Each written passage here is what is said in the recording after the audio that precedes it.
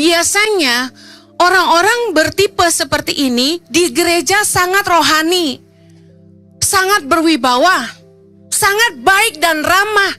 Tapi di rumah kayak setan. Keluarganya paling tahu aslinya dia. Mungkin sama istri kasar, sama anak-anak kasar. Lihat istrinya takut gak sama dia, anak-anaknya takut gak sama dia. Karena rumah yang penuh cinta kasih tidak ada ketakutan. Suka intimidasi gak? Suka manipulasi gak? Suka memanfaatkan orang gak? Suka memaksa orang ikut kemauan dia gak? Menginspirasi dan memanipulasi dua hal yang berbeda. Inspirasi itu menginspirasi orang untuk melakukan sesuatu menjadi lebih baik. Memanipulasi adalah memanfaatkan orang, membuat orang mengikuti kemauan dia untuk keuntungan dia. Beda jauh. Lihat buah hidupnya. Jangan terpesona sama karisma di atas mimbar. Orang yang dangkal imannya mudah sekali dipengaruhi untuk kepenyembahan berhala. Karena masalah hidup terlalu berat. Orang berdoa udah putus asa, nggak ada jalan keluar. Pengen punya anak, suami udah disuruh cerai sama mertua, udah terjepit. Akhirnya mudah goyah. Ya udahlah.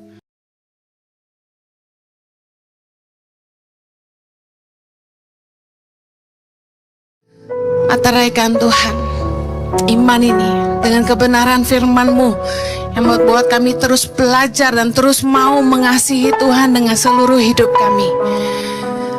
Roh Kudus, tolong hamba-Mu, karena sungguh tanpa Engkau hamba tidak mampu. Menyerahkan setiap menit-menit ke depan dalam pimpinan Roh Kudus. Biarlah setiap yang mendengarkan kebenaran firman-Mu ini dipulihkan, dikuatkan, dibangkitkan, dan disegarkan, dan bahkan disembuhkan. Hanya di dalam nama Yesus. Yang saya diberkati Tuhan, sama-sama kita katakan amen. Silakan duduk kembali, puji nama Tuhan. Saya akan khotbah tentang sasaran empuk pengajar sesat.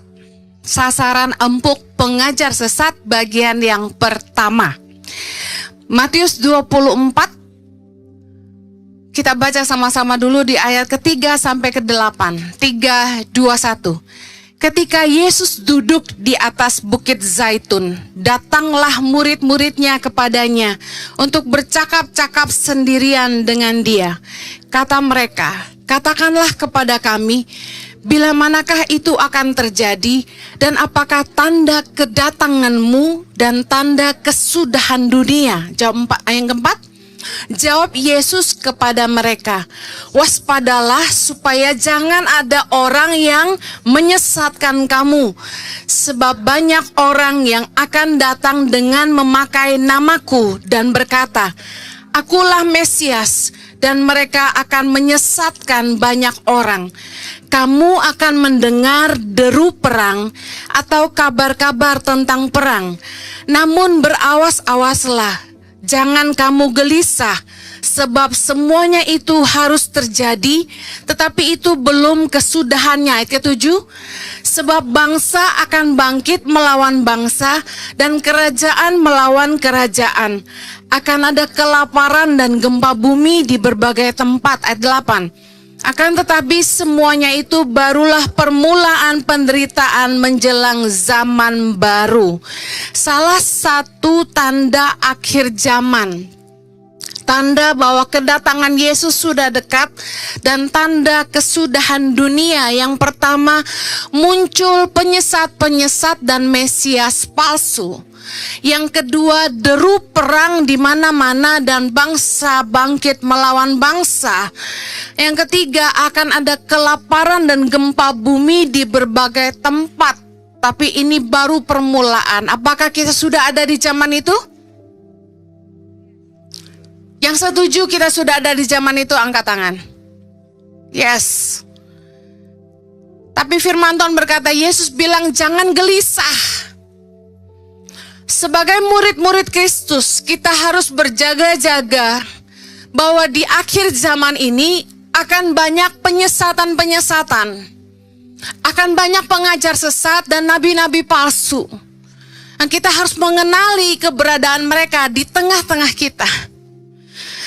Saya akan bahas cara kerja dan sasaran empuk pengajar sesat. Yang pertama, dalam cara kerja pengajar sesat, mereka menyusup ke dalam komunitas. 2 Timotius 3 dengan judul perikop keadaan manusia pada akhir zaman, di ayat yang ke-6 kita baca. Sebab di antara mereka terdapat orang-orang yang menyelundup ke rumah orang lain dan menjerat perempuan-perempuan lemah yang syarat dengan dosa dan dikuasai oleh berbagai-bagai nafsu. Kata menyelundup ke rumah dalam bahasa Yunaninya endinontes, yang berarti merayap masuk, menyelinap, menyusup. Nah, pengajar sesat tidak datang secara terbuka sebagai musuh yang melawan gereja, tapi mereka menyusup secara perlahan ke tengah-tengah lingkaran pribadi kita, lingkaran rumah tangga kita, bahkan di tengah-tengah komunitas orang percaya seperti gereja, seperti persekutuan, di dalam pertemanan. Mereka memanipulasi melalui psikologis dan juga pendekatan personal untuk menanamkan pengaruhnya. Nah, para pengajar sesat bisa saja, katakan bisa saja, ini bukan menuduh. Salah satu dari pemimpin di kelompok sel, bisa saja salah satu pengajar di gereja, bisa saja pengkhotbah, bisa saja penginjil, bisa saja orang percaya yang jadi sahabat kita. Siapapun yang punya pengaruh di hidup kita bisa jadi pengajar sesat. Jangan sampai terjebak dalam ketergantungan secara emosional, karena seringkali ketika kita kagum sama seorang hamba Tuhan, tanpa kita sadari kita punya ketergantungan secara emosional karena hamba Tuhan tersebut atau orang yang kita percaya ini sangat perhatian sama kita, sangat baik sama kita, suka telepon nanya apa kabar, lagi ngapain, lagi masak apa hari ini, dan biasanya mereka selalu ada untuk menolong kita, jadi teman curhat yang setia dan mendoakan kita ketika kita lemah, mendoakan ketika kita sakit, mendoakan ketika kita punya masalah. Tetapi sebenarnya mereka punya kepentingan pribadi. Nah, Matius 7 tentang hal pengajaran yang sesat, Yesus mengajarkan kepada umatnya. Mari belajar dari Yesus. Matius 7 ayat 15 dibilang gini, waspadalah terhadap nabi-nabi palsu yang datang kepadamu dengan menyamar seperti domba, tetapi sesungguhnya mereka adalah serigala yang buas. Jadi nggak kelihatan. Kelihatannya anak Tuhan, orang percaya, beriman kepada Kristus, mungkin hidupnya kelihatan rohani, kalau bicara puji Tuhan, haleluya, jago doa, jago khotbah, ngerti firman. Seperti domba, tapi sesungguhnya serigala yang buas. Kita lihat Yesus ngajarin kita gimana mengenali mereka di ayat 20 sampai 23. 3:21. Jadi dari buahnya lah kamu akan mengenal mereka. Ayat 21.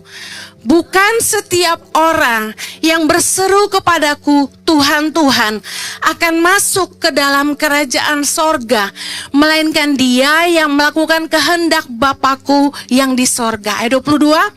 Pada hari terakhir banyak orang akan berseru kepadaku, Tuhan, Tuhan, bukankah kami bernubuat demi namamu dan mengusir setan demi namamu dan mengadakan banyak mujizat demi namamu juga? Pada waktu itulah aku akan berterus terang kepada mereka dan berkata, aku tidak pernah mengenal kamu. Enyahlah daripadaku, kamu sekalian pembuat kejahatan. Yesus memberikan clue yang sangat jelas.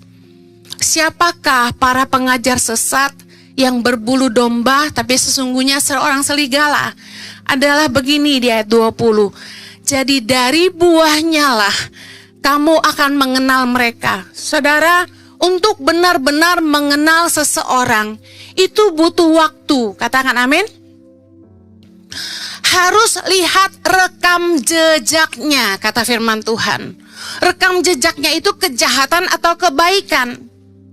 Coba lihat track recordnya. Kalau Anda baru kenal orang itu 1 tahun, Anda perlu yang namanya referensi. Seperti orang kerja harus mencantumkan referensi. Kita nggak kenal dia, kita bisa cari tahu tentang dia. Di Google dilihat di Facebooknya, dilihat di sosmednya, kolom komentarnya, teman-temannya seperti apa, tindak tanduk seperti apa, berintegritaskah dalam keuangan. Bicara soal lihat buahnya, Anda harus lihat track record keuangannya. Kalau bisa BI checking bagus ya. Atau Anda bisa lihat keluarganya. Biasanya orang-orang bertipe seperti ini di gereja sangat rohani, sangat berwibawa, sangat baik dan ramah. Tapi di rumah kayak setan. Keluarganya paling tahu aslinya dia. Mungkin sama istri kasar, sama anak-anak kasar. Lihat istrinya takut gak sama dia, anak-anaknya takut gak sama dia. Karena rumah yang penuh cinta kasih tidak ada ketakutan. Suka intimidasi gak, suka manipulasi gak, suka memanfaatkan orang gak, suka memaksa orang ikut kemauan dia gak. Menginspirasi dan memanipulasi dua hal yang berbeda. Inspirasi itu menginspirasi orang untuk melakukan sesuatu menjadi lebih baik. Memanipulasi adalah memanfaatkan orang, membuat orang mengikuti kemauan dia untuk keuntungan dia. Beda jauh. Lihat buah hidupnya. Jangan terpesona sama karisma di atas mimbar. Bapak Ibu, orang tuh kalau udah di atas panggung, ada bantuan lighting, bikin kelihatan lebih wow. Anda lihat ada asap-asap, itu sebenarnya dibuat ada mesinnya. Mana mesin kita ini ya? Jangan dipikir, wih ada pengurapan. Dia seperti dewa di atas awan. Wih dinyalain tuh. Saudara jangan tertipu. Anda jangan terpesona lihat worship leader, pemusik, lihat pengkhotbah di atas mimbar, yang doain, wah kayaknya penuh urapan, apalagi sampai tangannya getar-getar. Jangan mudah terpesona dengan karisma di atas mimbar, dan jangan mudah termakan sama kata-kata manisnya. Yesus bilang lihat buah hidupnya, keuangannya benar nggak? Kalau tuh pendeta tukang pinjam duit, udah pasti nggak benar. Haleluya. Kalau dikit-dikit ke Anda tuh ceritanya tentang kesedihan, masalah hidup. Lah lu hamba Tuhan, lu ngajarin kita mengandalkan Tuhan. Lu sendiri punya masalah cerita ke kita. Lu sendiri bokek-bokek cerita ke kita. Mau nyokolain anak gak bisa, mau ini gak bisa, sakit lah, butuh vitamin lah, mau operasi lah, ini itu cerita ke kita, ngandelin kita kan, betul gak? Artinya hamba Tuhan itu bawa cerita-cerita sedih supaya Anda tergerak, lalu nolong dia. Hati-hati, jangan jadi pengagum manusia, jangan suka mengkultuskan hamba Tuhan. Makanya di ICI saya paling gak mau ada antrian minta didoain sama Ibu Heni Kristianus, gak ada. Maaf, ada yang terluka. Sombong banget tuh Bu Heni, gue datang ke gerejanya minta doain, dia gak mau. Bukan, karena saya bangun budaya jangan mengkultuskan saya. Semua hamba Tuhan diurapi, apalagi para pendoa syafaat yang memang diurapi di situ. Setiap selesai ibadah di ICI selalu ada pendoa 2 orang menemani saya di depan. Kalau ada yang minta doain. Tapi kalau Roh Kudus menggerakkan saya menumpang tangan, saya langsung lakukan. Jangan memberhalakan hamba Tuhan. Hamba Tuhan juga manusia. Kalau masih makan nasi, masih ke toilet, berarti masih orang. Jangan mendukunisasi hamba-hamba Tuhan. Udah deh. Harus didoainnya sama dia. Gua kalau buka toko, nggak Pak Jojo yang doain tuh nggak bisa. Mendukunisasi. Ada yang gitu. Saya kasih tahu, Anda kalau sampai mengkultuskan seorang hamba Tuhan, wah lu sih kalau mau sembuh ya lu harus doain dia. Lu kalau mau cuan lu harus doain dia. Siapa yang Anda kultuskan coba? Hamba Tuhan itu cuma dipakai Tuhan. Anda harus cari Tuhan. Amin. Come to the throne of grace. Datang kepada tahta kasih karunia. Tahta kasih karunia hanya milik Allah. Nggak ada manusia yang punya tahta kasih karunia. Haleluya. Yakinlah Anda hanya butuh Tuhan, bukan manusia. Manusia cuma alat. Boleh konseling, boleh minta didoain. Saya nggak bilang nggak boleh sama sekali. Kadang-kadang kita juga butuh disupport saat kita lemah. Tapi jangan mengkultuskan dalam hatimu. Harus dia. Nggak ada. Harus Tuhan. Ada, nggak ada Henny Kristianus, nggak penting. Yang penting ada Tuhan Yesus. Amin. Saya percaya, kalau hamba Tuhan itu nggak mengumpulkan pengikut untuk dirinya sendiri, tapi mengarahkan mereka kepada Tuhan Yesus Kristus, itu yang paling benar. Bukan saya bilang saya paling benar loh. Saudara juga harus jaga saya. Kalau berasanya Bu Heni udah mulai tengil, tolong bilang. Rasanya udah mulai mengkultuskan, harus bilang. Bu Heni jadi bata sandungan, harus kasih tahu. Amin. Kita harus saling menjaga. Setuju? Yuk, jangan sampai kita menyesatkan orang lain dan jangan sampai kita sendiri disesatkan. Nah, mengenal seseorang sekali lagi butuh waktu. Lihat track recordnya. Biasanya hubungan itu teruji, aslinya orang baru ketahuan waktu dia disakiti. Saya udah pernah khotbah itu. Waktu dia direndahkan. Waktu dia tersinggung. Waktu ada konflik. Dan waktu ada uang. Itu membuktikan aslinya orang. Yang setuju katakan amin. Sasaran empuk pengajar sesat yang pertama adalah orang-orang yang dangkal imannya. Katakan dangkal imannya. Dikatakan dalam 2 Timotius 3 tentang penyelundup tadi, dikatakan gini, sebab di antara mereka terdapat orang-orang yang menyelundup ke rumah orang lain dan menjerat perempuan-perempuan lemah. Di ayat ini, Rasul Paulus menggunakan kata perempuan-perempuan lemah bukan bicara soal gender atau jenis kelamin perempuan. Bukan hanya perempuan yang bisa lemah, tapi dia menggunakan kata jinai karya, artinya kata perempuan yang dikecilkan bukan untuk merendahkan perempuan, tapi konteksnya merujuk kepada orang-orang yang lemah imannya. Baik laki-laki dan perempuan. Maknanya tuh bukan perempuannya, tapi orang-orang yang lemah imannya. Nah, orang-orang yang lemah secara spiritual, imannya dangkal. Orang-orang seperti ini mudah dimanipulasi karena beban hidup. Ngedeketin orang paling gampang itu lewat masalahnya. Sebagai hamba Tuhan, ngedeketin orang itu selalu dengan cara menjawab kebutuhan dia secara psikologis. Markus 4 ayat 16, Yesus bicara soal benih firman.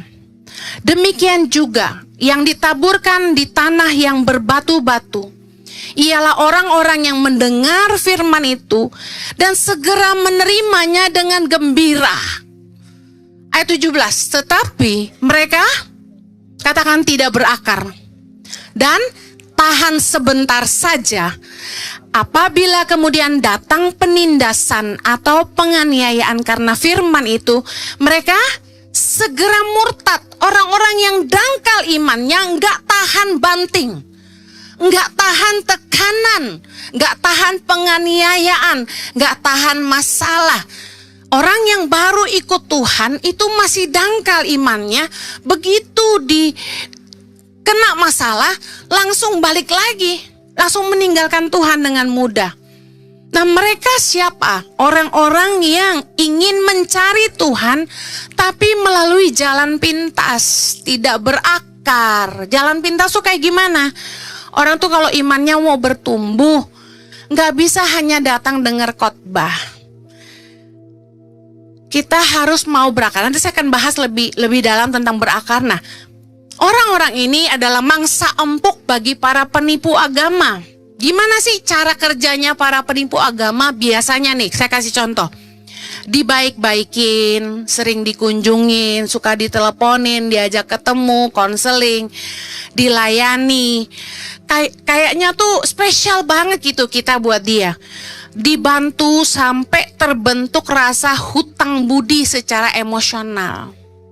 Nah, orang-orang yang mencari solusi atas beban hidup dengan jalan pintas akan mudah dipengaruhi sama pengajar-pengajar sesat yang kemudian gini. Pengajar sesat kan saya udah bilang ya, nggak cuma soal pendeta, nggak cuma penginjil, nggak cuma ini, bisa aja teman kita yang begini. Lu udah doa nggak dijawab, lu sakit ini nggak sembuh-sembuh, nggak bisa punya anak, udah doa berapa tahun, udahlah nggak apa-apa, kali ini ikut gua. Kemana? Ke Thailand. Crek. Nanti keluar sumpitnya. Kita tanya, bener nggak lu tuh sebenarnya dikasih Tuhan anak apa enggak? Atau ginilah, lu ikut gua ada orang Kristen, dia malah lengkap agamanya. Dia percaya Hindu, Buddha, Islam, Katolik, Kristen, dia percaya semua. Lu ikut gua, dia orang pintar, dia suhu segala suhu. Orangnya peka, bisa lihat orang. Lu tinggal ditanya tanggal lahir lu, langsung dia hitungin tuh, dia bacain hidup lu. Bahkan saya pernah dibacain loh. Katanya Ibu Heni akan tetap terkenal sampai usia 65. Haleluya. Anyway, yang nyampe ini jemaat yang bacain saya, my God. Nah, Bapak Ibu, orang yang dangkal imannya mudah sekali dipengaruhi untuk kepenyembahan berhala.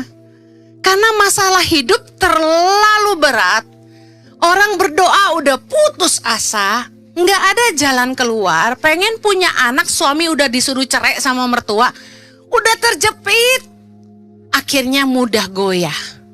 Ya udahlah, apalagi nih misal gini, baru ditinggal mati suami, kesedihan duka belum selesai, masih grieving, tiba-tiba datang ke rumah saudaranya, katanya kerasukan roh suaminya. Sayang, aku rindu kamu. Nangis langsung. Padahal firman Tuhan berkata, orang yang sudah meninggal itu gak bisa balik lagi. Kita harus ngerti firman makanya. Nah, dimanipulasi secara agama sehingga mengkultuskan, lalu berpikir harus didoakan oleh hamba Tuhan tertentu. Orang yang dangkal imannya ini bahaya. Nah, apa yang membuat orang Kristen dangkal imannya? Pertanyaannya gitu. Tadi dibilang gini loh, dia itu mau selalu diajar, tapi gak pernah bisa ngerti kebenaran. Why? Jadi dalam 2 Timotius 3 ayat ke-7 ketika dikatakan yang walaupun selalu ingin diajar namun tidak pernah dapat mengenal kebenaran. Ini orang Kristen yang bukan gak suka dengar firman loh.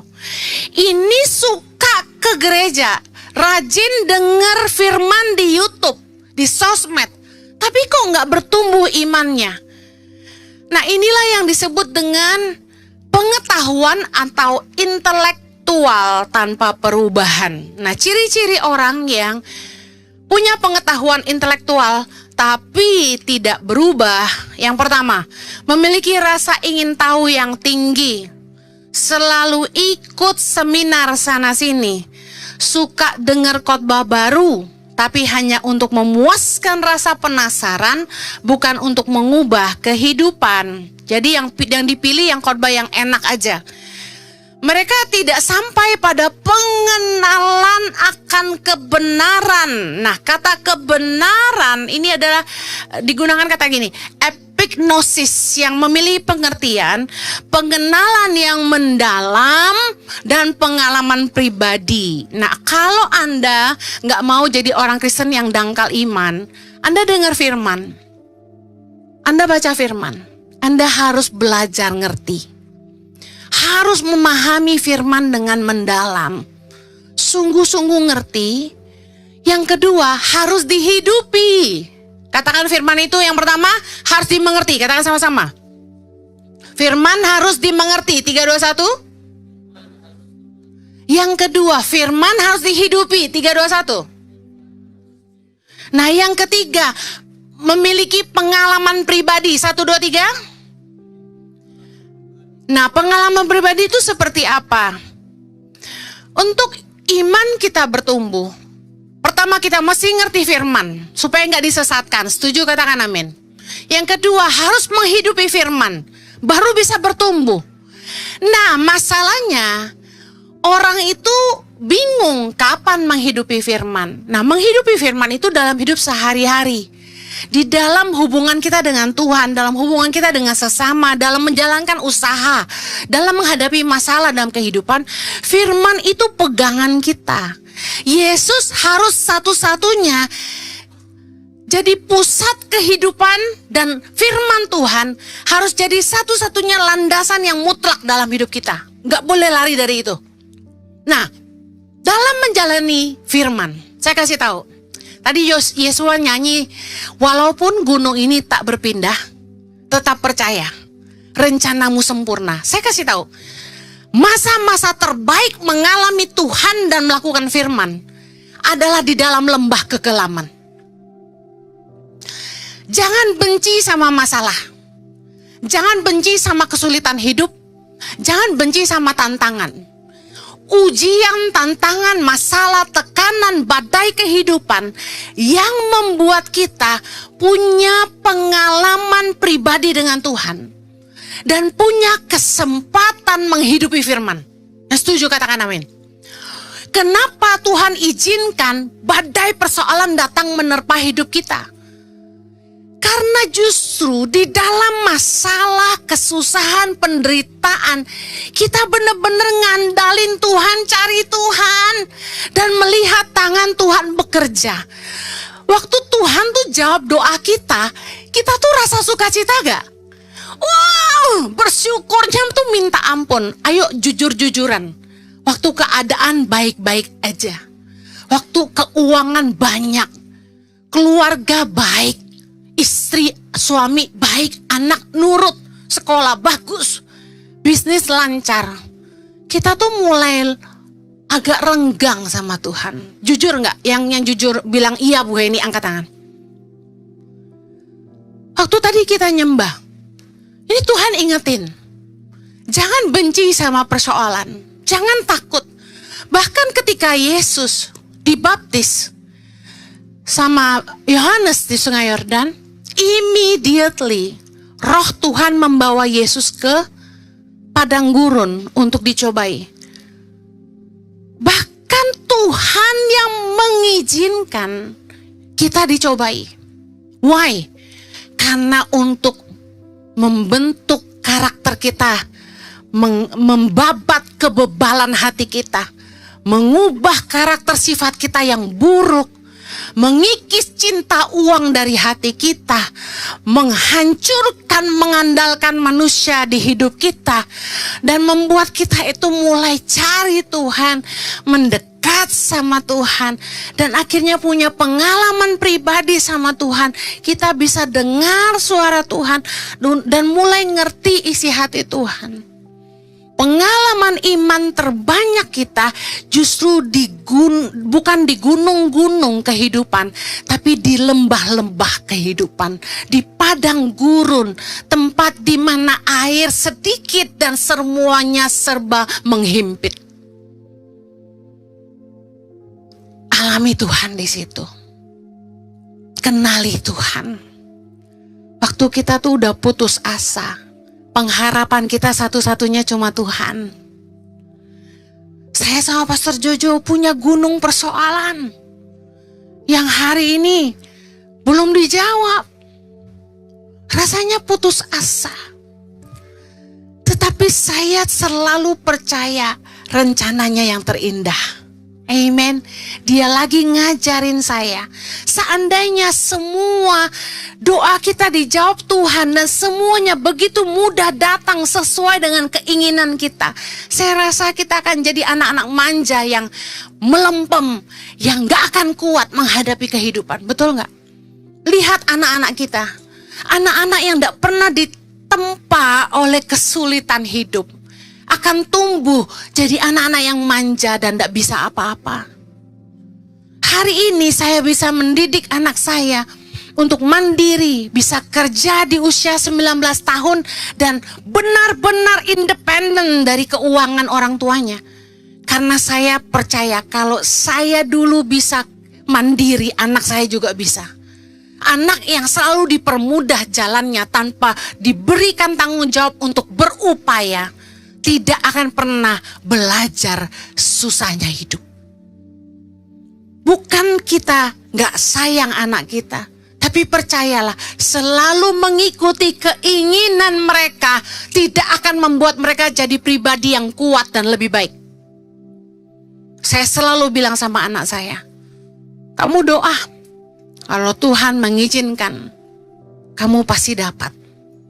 Saya percaya dalam hidup kita ini, kita akan bertumbuh di dalam firman.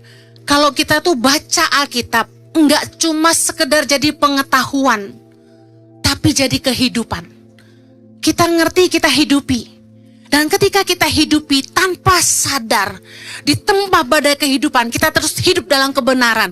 Harusnya bisa nipu, tapi kita nggak mau nipu, kita pegang kebenaran. Itu yang membuat iman kita terus growing dan Tuhan menjadi sangat dekat dengan kita. Yang mau dikatakan amin. Dalam 2 Timotius 3 ayat ke-7 dikatakan, Rasul Paulus memperingatkan bahwa pengetahuan Alkitab tanpa ketaatan enggak akan membuat seseorang itu bertumbuh, tapi malah jadi target empuk ajaran sesat. Selalu ingin diajar namun tidak pernah dapat mengenal kebenaran. Anda kalau baca firman cuma jadi pengetahuan tanpa disertai ketaatan, Anda akan jadi sasaran empuk pengajar sesat. Kayak contoh tadi, ngalami kesusahan hidup, Tuhan gak tolong-tolong, udah nyerah. Ikut aja ke orang pintar lah, sembayang di sana lah, tanya orang sini lah. Anda gak akan bertumbuh. Tapi terus setia membuat kita akan melihat tangan Tuhan bekerja.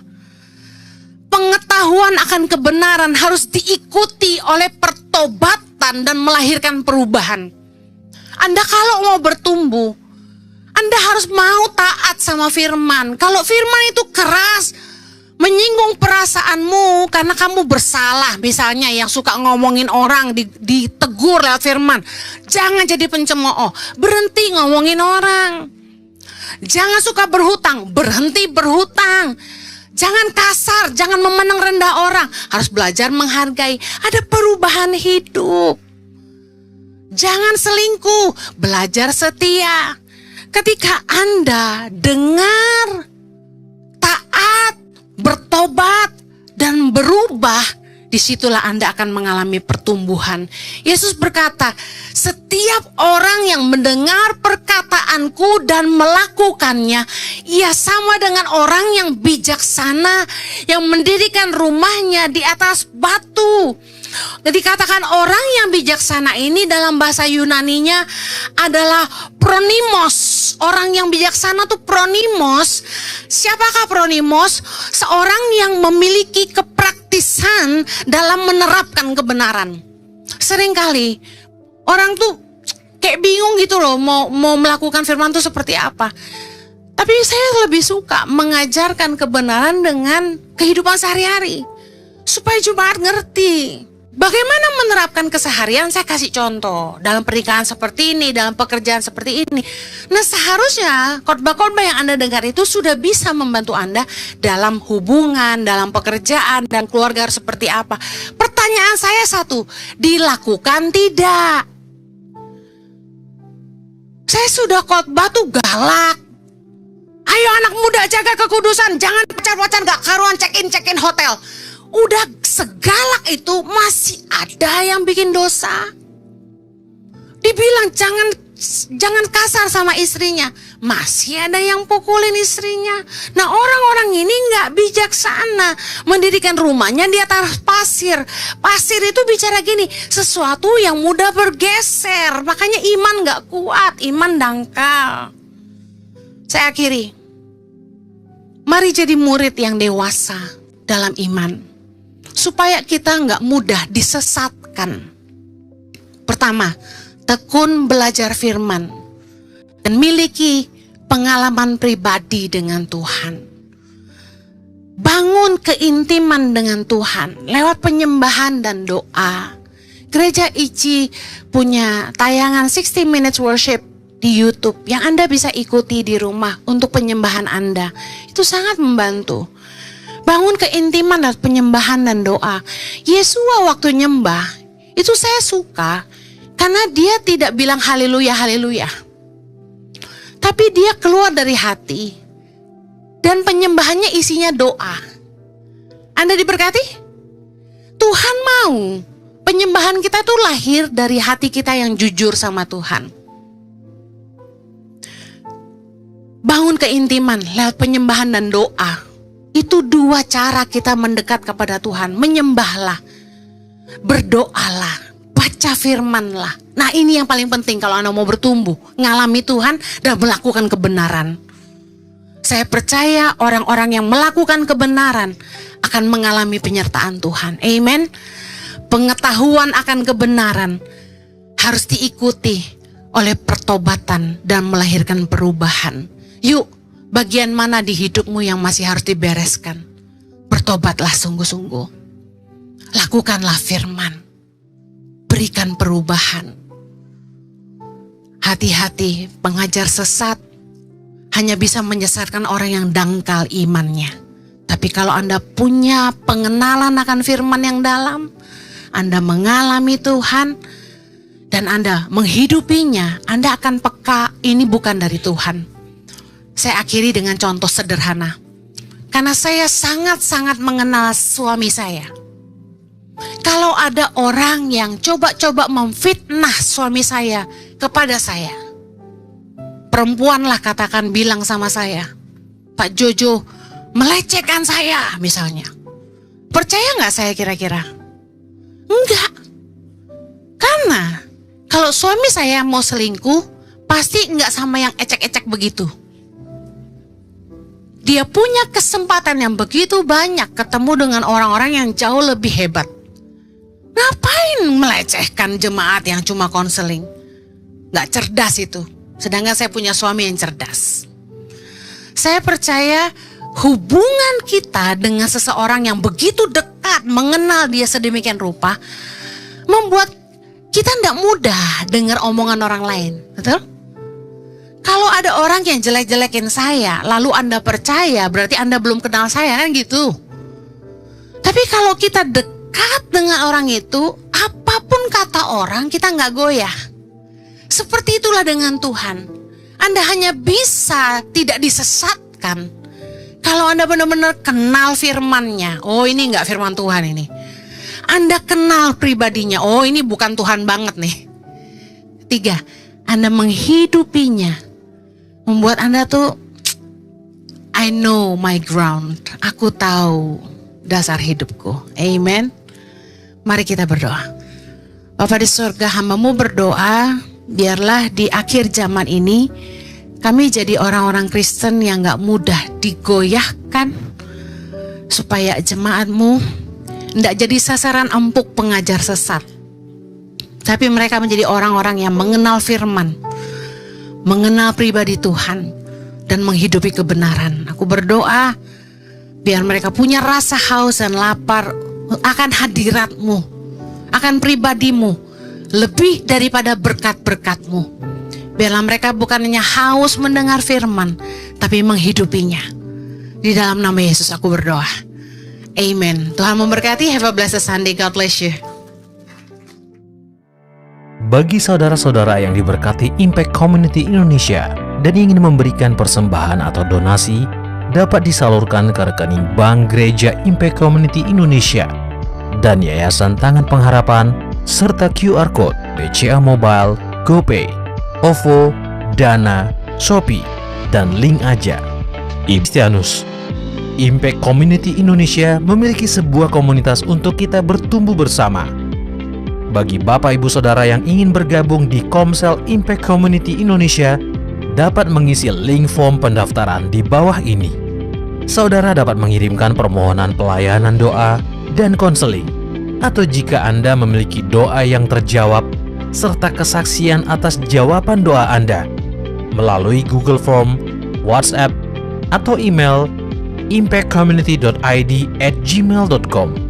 Bagi Anda yang rindu menjadi jemaat Impact Community Indonesia, dapat mengisi Google Form atau scan QR Code di layar Anda.